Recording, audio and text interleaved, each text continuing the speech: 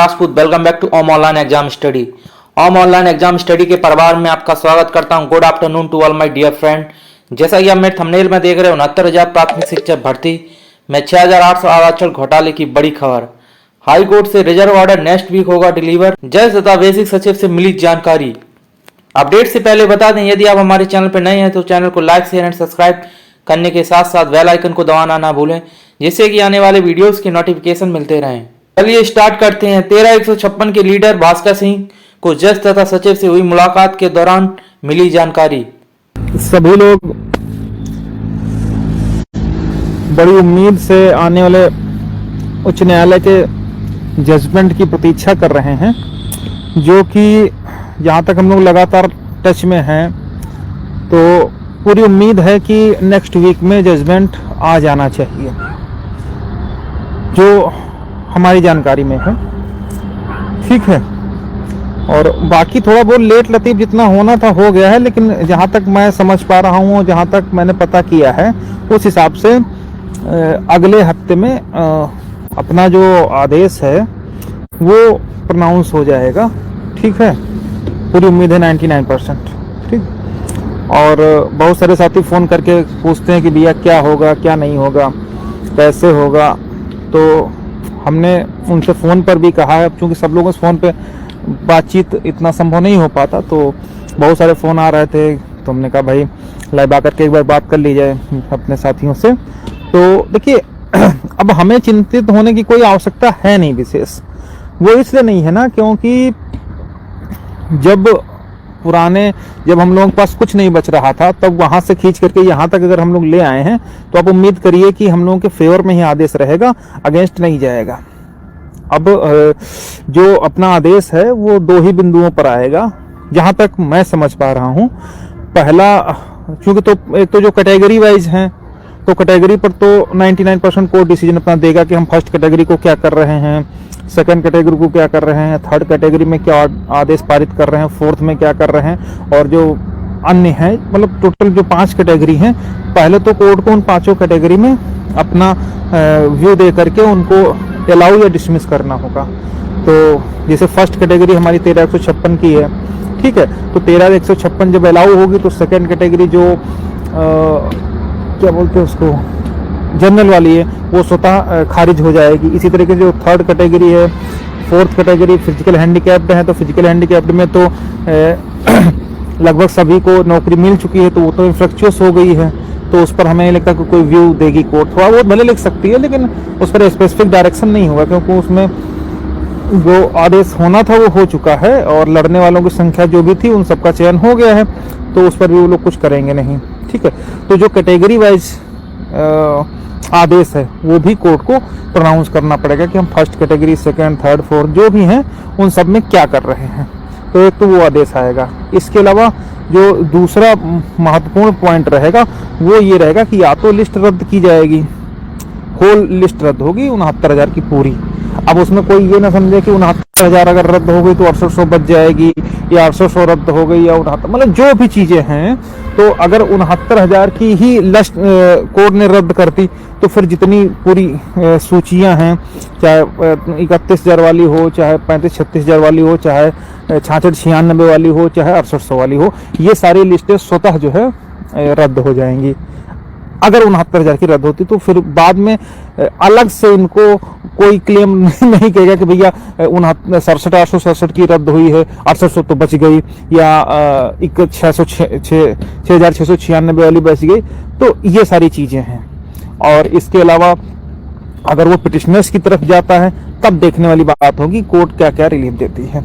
अब इसमें बहुत सारे लोग बरगलाते हैं, जैसे जिन लोगों को काम नहीं है कुछ, वो पैदा ही इसीलिए हुए हैं कि मामले में डिस्प्यूट क्रिएट कर सकें, कि फलानी डेट तक वालों को कंसीडर किया जाएगा, धमाकी डेट वालों को कंसीडर किया जाएगा। ऐसा कुछ नहीं है। कोर्ट के ऊपर कोर्ट को पूरा राइट रहता है कि वो किसको क्या करता है।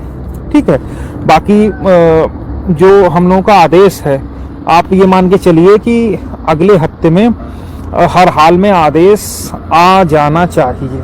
ठीक है, और आदेश दो ही बिंदुओं पर आएगा, या तो पूरी लिस्ट क्रॉस होगी, और या फिर जो लड़ने वाले साथी हैं उनका लिए कोर्ट कुछ न कुछ 100% लिखेगी उसमें, ये भी डेट श्योर है, इसमें कोई मतलब नानुकुर वाली बात नहीं है।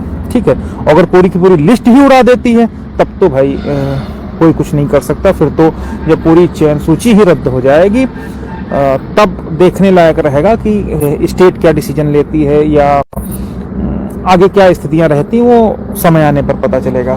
ठीक है, लेकिन इतना जरूर है, लिस्ट रद्द होने से पहले कोर्ट जो भी हम लोग लड़ने वाले हैं इनके उस पर जरूर विचार करेगी।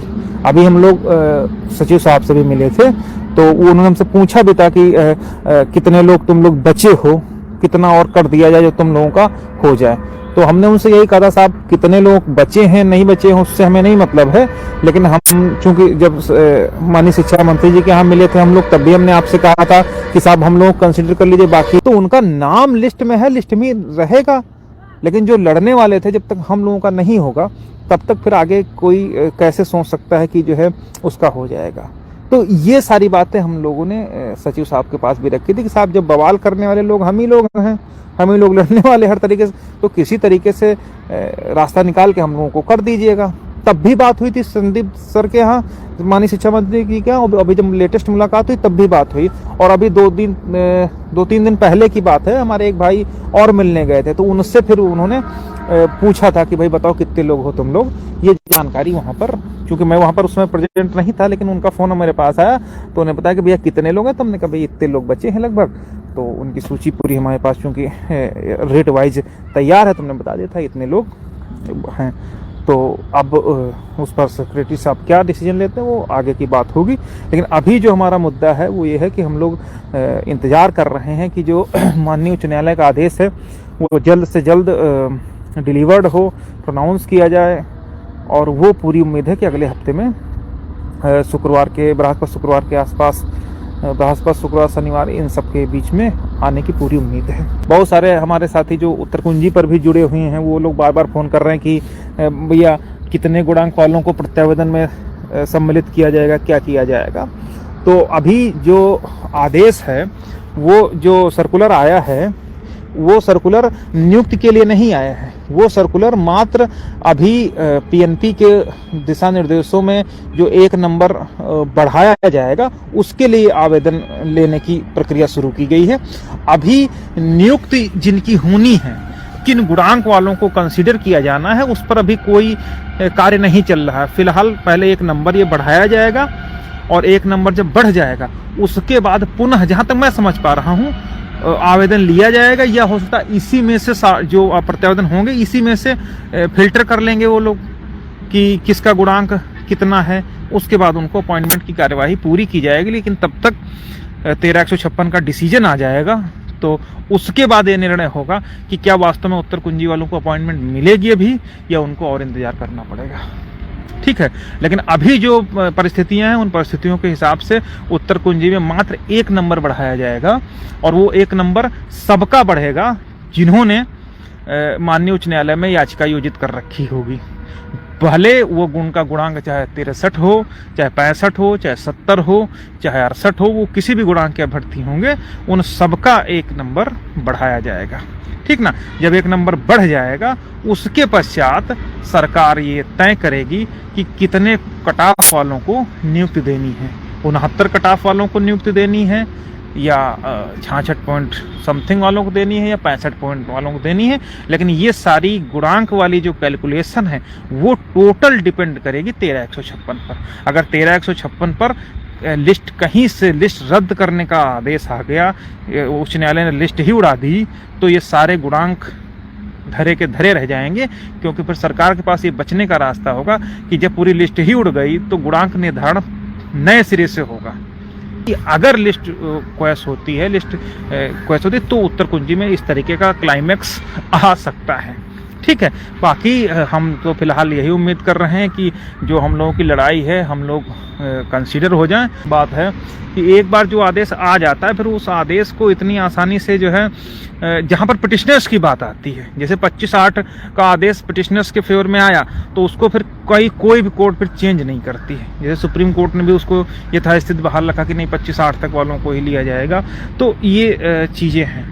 ठीक है। लेकिन अपने मुद्दे में अभी तक कोई आदेश आया नहीं है, तो जब तक आदेश नहीं आ जा सकता तब तक जो लोग इस भ्रम में हैं कि कोई कह रहा है कि दिसंबर 20 तक वालों को होगा, किसी को 22 वालों तक होगा, 21, तो ये सब अभी केवल हवाई बातें हैं। जब हमारा आदेश आ जाएगा 13/156 का, और उसमें भी जब पटिशनर्स का होगा, तब कोर्ट उसमें स्पेसिफिक लिख के देगी कि जो है कि किन पिटिशनर्स का जो है हम लेंगे, सबका लेंगे, क्या लेंगे, तो वो कोर्ट के ऊपर डिपेंड है। तो जब तक आदेश नहीं आ जाता, अभी आप सिर्फ ये उम्मीद करिए कि अपने आदेश जो है अपने फेवर में हो।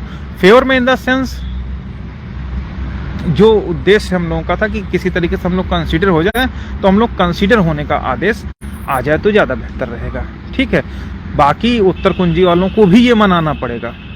मैं मतलब इसमें किसी को बुरा मानने वाली बात नहीं है कि जो आंसर की में हमारे साथी हैं उनको भी अगर नियुक्ति लेनी है, जहाँ तक मैं समझ पा रहा हूँ, हो सकता है मैं गलत हो जाऊँ, तो अगर हम लोगों को पिटिशनर्स का हो गया तब तो ठीक है, अगर उनका नहीं हुआ तो अगर लिस्ट रद्द हुई 1 मिनट के लिए तो फिर गुणांक ही उड़ खत्म हो जाएगा ना। फिर तो गुणांक कोई ये थोड़े कह सका साहब हमारा 70 गुणांक है, हम हाई गुणांक वाले हैं, कोई 64 वाला नहीं कह सकता, 63 वाला नहीं कह सकता, सब हम लो गुणांक है। जब लिस्ट ही उड़ गई तो फिर उसमें एक तरीके से होता है नए सिरे से बनने की होती है, तो उसमें किस गुणांक पर सरकार आखिर उनको नियुक्ति दे देगी, मतलब संभावनाएं हैं, ये कोई एग्जैक्ट चीजें नहीं हैं।